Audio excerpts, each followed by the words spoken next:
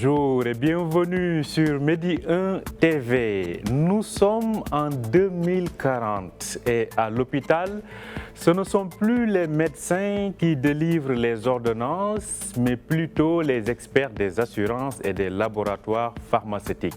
Sur le corps des patients, ce sont des puces et autres appareils intelligents qui surveillent notre quotidien à la seconde près. Tout ceci se passe devant le regard impuissant des médecins et des praticiens. Ce n'est là qu'un aperçu assez proche de l'alerte lancée dans le roman Le Serment du dernier messager, un livre qui semble anticiper l'avenir de l'hôpital et de la médecine, un ouvrage écrit par la cardiologue et écrivaine marocaine Souad Jamaï, docteur Souad Jamaï, que nous avons le plaisir de recevoir ce matin sur Medi 1 TV pour parler de cet ouvrage. Bonjour docteur.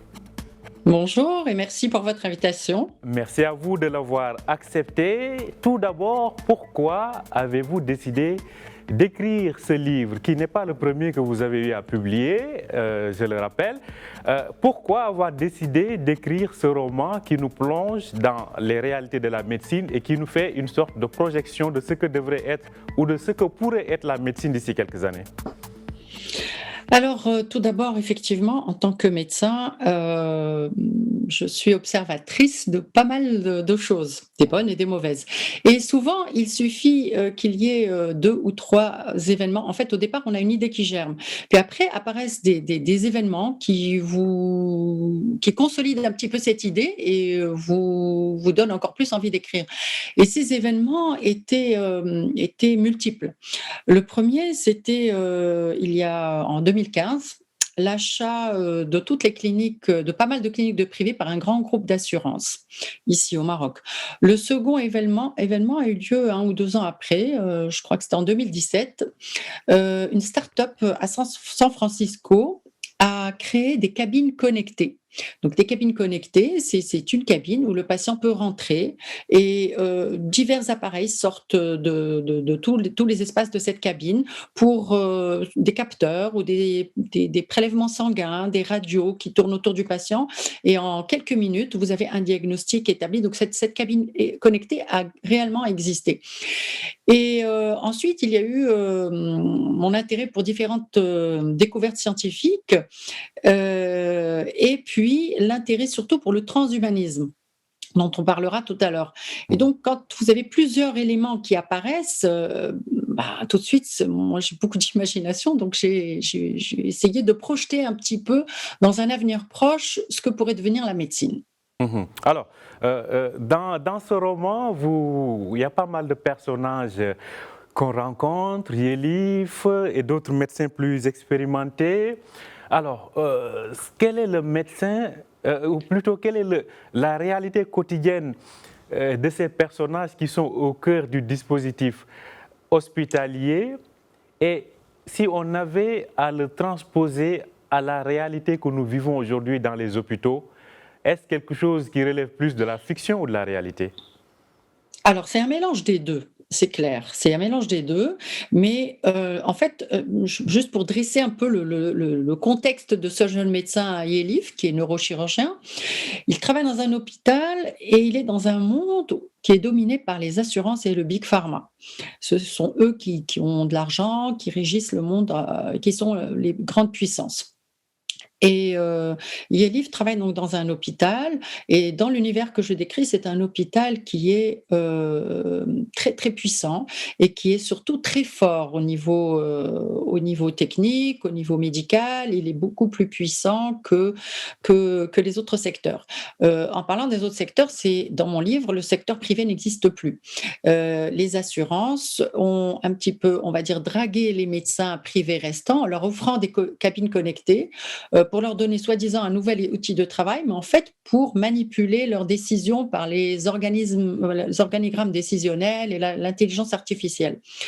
Et Yelif, ce qui est important dans le livre, c'est de montrer que Yelif travaille dans un univers où tout est contrôlé. On ne lui laisse pas la possibilité d'avoir son propre libre arbitre. Et donc, pour que lui soient révélées certaines anomalies, il a fallu qu'il soit un peu différent des autres. Donc moi, j'ai choisi un héros, donc Yelif, qui est un médecin qui n'a pas de récepteur à une certaine substance qui est distribuée dans l'hôpital pour un petit peu normaliser et aplanir la volonté, les désirs, les états d'âme des autres médecins. Donc eux travaillent tous dans un état un peu neutre. Ils sont dociles, ils font leurs 12 heures de travail, ils dorment à l'hôpital. Yelif est un peu différent. Il n'a pas de récepteur à cette substance, ce qui fait qu'il voit les choses différemment. Il est beaucoup plus critique, plus sensible aussi, et il a plus besoin de cette chaleur humaine. Alors je reviens à ça, parce que qu'est-ce qui consolide vraiment la relation entre médecin et patient? C'est justement cette relation, cette affection, cet altruisme, cette chaleur qu'il y a entre cette relation qui doit exister de façon humaine entre un patient et son médecin. Or, cette relation n'existe plus dans les années futures Mhm. parce que tout est contrôlé et biaisé. Mhm. Voilà, donc l'intelligence artificielle. Alors, votre question, c'était si on pouvait reproduire ça dans notre monde actuel. Oui, on y est déjà un petit peu, parce que l'intelligence artificielle existe, parce que la télémédecine commence à pointer son nez chez nous au Maroc, et que je ne pense pas qu'elle puisse tout résoudre, parce que nous sommes en plein changement au niveau médical, et c'est un petit peu une alerte pour montrer quels sont les dangers d'une médecine qui est loin de l'être humain, et surtout quel est le danger du transhumanisme. Donc Mhm. je rappelle, le transhumanisme, je ne sais pas si vous voulez qu'on en parle après ou si j'ai déjà Mais répondu à votre question. justement, je pense que votre livre est une sorte de dystopie. Il y a pas mal de termes. Peut-être que des gens comme moi auront du mal à comprendre d'un seul coup. Donc, Ben, je je pense suis que vous là pour vous pouvez les expliquer. exactement, vous pouvez revenir sur ce que vous disiez tout de suite d'ailleurs. Oui, alors déjà, pour parler de la dystopie, donc Mhm. j'insiste sur le mot dystopie parce que les gens confondent souvent cela avec la science-fiction. C'est vrai que mon livre se passe en 2070 et que on pourrait se dire c'est de la science-fiction. Le contexte, l'histoire, si vous voulez, le décor est peut-être de la science-fiction, mais ce que j'écris n'est pas de la science-fiction. Ce sont des choses qui existent actuellement déjà, Mhm. sauf que je les ai un peu exagérées pour montrer leur effet pervers. Et donc le transhumanisme, c'est quoi? C'est une culture actuelle qui prône l'usage de la technologie pour améliorer les conditions physiques et mentales de l'être humain. Oui, on est d'accord pour le progrès, mais où est la limite? Jusqu'où faut-il s'arrêter? C'est pour ça que dans mon histoire, Yelif s'occupe d'un jeune athlète qui s'appelle Sewell et qui est acheté par un grand laboratoire, parce que dans mon livre, c'est un univers où le Big Pharma a beaucoup de pouvoir. Et ce sont les seuls qui sont capables d'utiliser cette technologie propre au transhumanisme. Donc, ils achètent des athlètes. En général, pas des athlètes spécialement très musclés ou très grands ou très forts, mais des athlètes assez dociles. Dociles pour pouvoir accepter toutes les transformations qu'ils vont subir au niveau de leur corps pour être plus performants. Et c'est comme ça que les Big Pharma gagnent de l'argent. Ils ont des athlètes qui courent pour eux dans les Jeux Olympiques, avec, bien sûr, en utilisant toute la technologie possible pour qu'ils deviennent les meilleurs. Et là, on voit les effets pervers, Mhm. justement, de tout ça. En un mot, en fait, c'est des humains qui sont fabriqués pour la performance et contrôlés par les machines, en fait. Non, les machines, non, c'est plus la technologie comme le génie génétique ou les Mhm. produits. Alors, je vous donne un exemple. Je vous donne un Donc, en exemple amont, en fait, pour. c'est en amont. Oui, voilà, en amont. Mhm. Mais ce Mhm. que je veux dire, c'est que cette technologie dont je parle, elle existe déjà maintenant. Je vous donne un exemple. Alors, il y a un chercheur qui travaille à la Johns Hopkins Medical School et qui a découvert une protéine qui s'appelle la myostatine. Alors, ce que je vous raconte, ça, c'est quelque chose de vrai, et parce que tous les événements scientifiques dont je parle sont réels, hein. En 2010, je crois, il a découvert donc une protéine qui s'appelle la myostatine. Et le rôle de cette protéine, c'est quoi? C'est de dire aux muscles cardiaques, aux muscles du corps, d'arrêter de s'hypertrophier. C'est-à-dire quand on grandit, quand on se muscle, les muscles se développent et grandissent. Et cette myostatine est là pour leur dire stop, vous avez trop grandi. Et ce chercheur a trouvé le gène qui bloque cette molécule. Et quand on bloque cette molécule, Les muscles s'hypertrophient. Alors lui, ce chercheur, il avait fait ça pour aider les gens qui ont des maladies, musculaires, neurologiques, qui sont malades. Sauf que ce sont les bodybuilders qui l'ont contacté en premier. Donc tout ça pour vous montrer que tout ce qui est scientifique et qui au départ a été fait pour un usage purement médical, peut être, si vous voulez, pris par d'autres personnes qui sont peut-être moins honnêtes ou moins et qui l'utilisent dans d'autres objectifs. C'est un petit peu comme la série Black Mirror, c'est-à-dire elle vous Alors, montre tous les effets pervers de la technologie. alors je rappelle que votre livre a reçu, donc, il est publié depuis quelques mois aux éditions La Croisée des Chemins et il a donc reçu la mention spéciale du jury littéraire Ivoire, donc il y a quelques jours, donc ce qui en dit long sur la pertinence donc de ce livre. Alors, vous opposez, en tout cas vous mettez en action deux univers aujourd'hui qui font partie de l'écosystème médical, à savoir les laboratoires et les assurances. Est-ce que, à vous entendre ou à vous lire plutôt, on se rend compte que vous parlez de 2070, d'ici quelques décennies donc, ce seront les seuls véritables décisionnaires du monde médical? Oui, je pense. Vous savez que Google possède beaucoup, beaucoup, beaucoup de données Mhm. dans le cloud et il y a, je crois, c'était en 2019, oui, en novembre 2019, le Wall Street Journal a révélé justement un scandale parce que Google avait vendu des données médicales de patients à une assurance qu'ils appellent Ascension.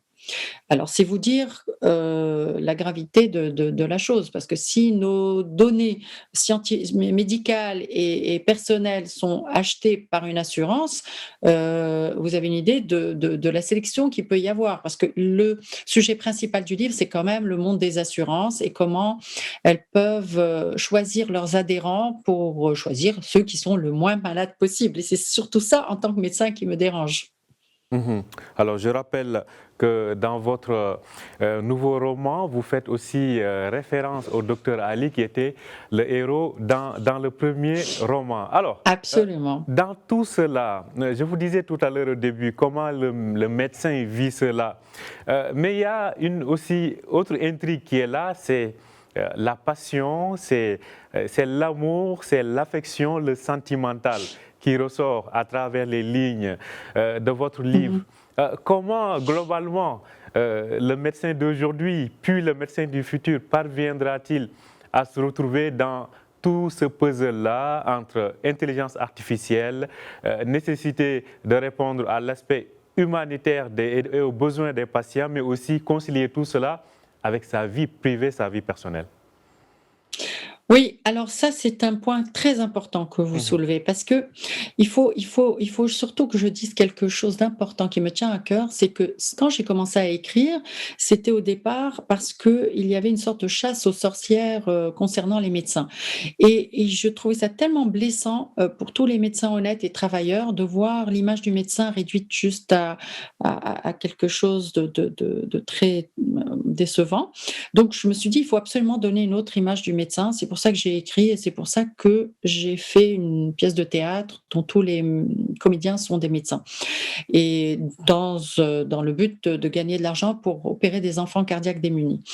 Maintenant, vous parlez du docteur Ali, il fallait qu'il y ait dans la trame de l'histoire, quelque chose qui puisse, rappeler à l'ordre, le jeune médecin du futur, Yelif. Et pour cela, j'ai choisi un vieux médecin, donc docteur Ali, qui dans ce livre a 98 ans et qui sert un petit peu de mentor à ce jeune médecin pour lui expliquer quels sont d'accord, la médecine, c'est une passion, avoir de bonnes relations, médecin-patient, c'est une bonne chose, mais il ne faut pas oublier non plus sa vie privée, ses passions, parce que je crois que s'il y a un métier où on a encore plus besoin d'affection et de passion et de choses qui édulcorent un peu la vie, c'est bien la médecine. Parce que, les gens, oublient, qu'être confronté tous les jours à la maladie, à la mort, c'est pas sans conséquences. Donc, s'il y a un métier où il faut compenser et faire autre chose en parallèle pour être justement plus épanoui et être plus à même de s'occuper correctement des patients,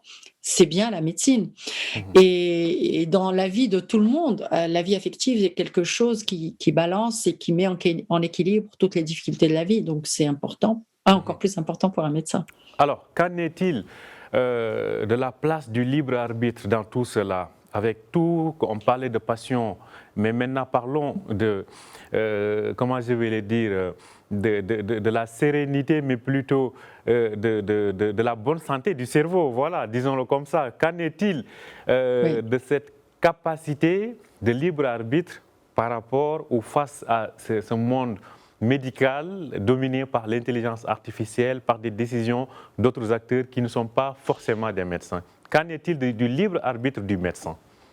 Alors justement, le libre arbitre du médecin est quelque chose qui est déjà un petit peu en danger parce que, on est inondé d'informations par les grands laboratoires, par les études, par tous ces organigrammes décisionnels et cette intelligence artificielle dont la volonté est justement d'éliminer le libre arbitre du médecin. Or, un médecin, il doit se cultiver. Doit tout le temps être à jour, mais il y a aussi son expérience. Et l'expérience est justement ce melting pot de beaucoup de choses qui permet d'avoir des décisions réfléchies et surtout, c'est ça la différence, c'est avoir des décisions adaptées aux patients. Et un organigramme ou une intelligence artificielle ne peut pas avoir toutes les données, des données qu'on peut obtenir juste en regardant le patient, en ayant un regard avec lui, en comprenant son état d'âme, en posant des questions qui ne sont pas médicales pour le mettre dans son contexte global et complet.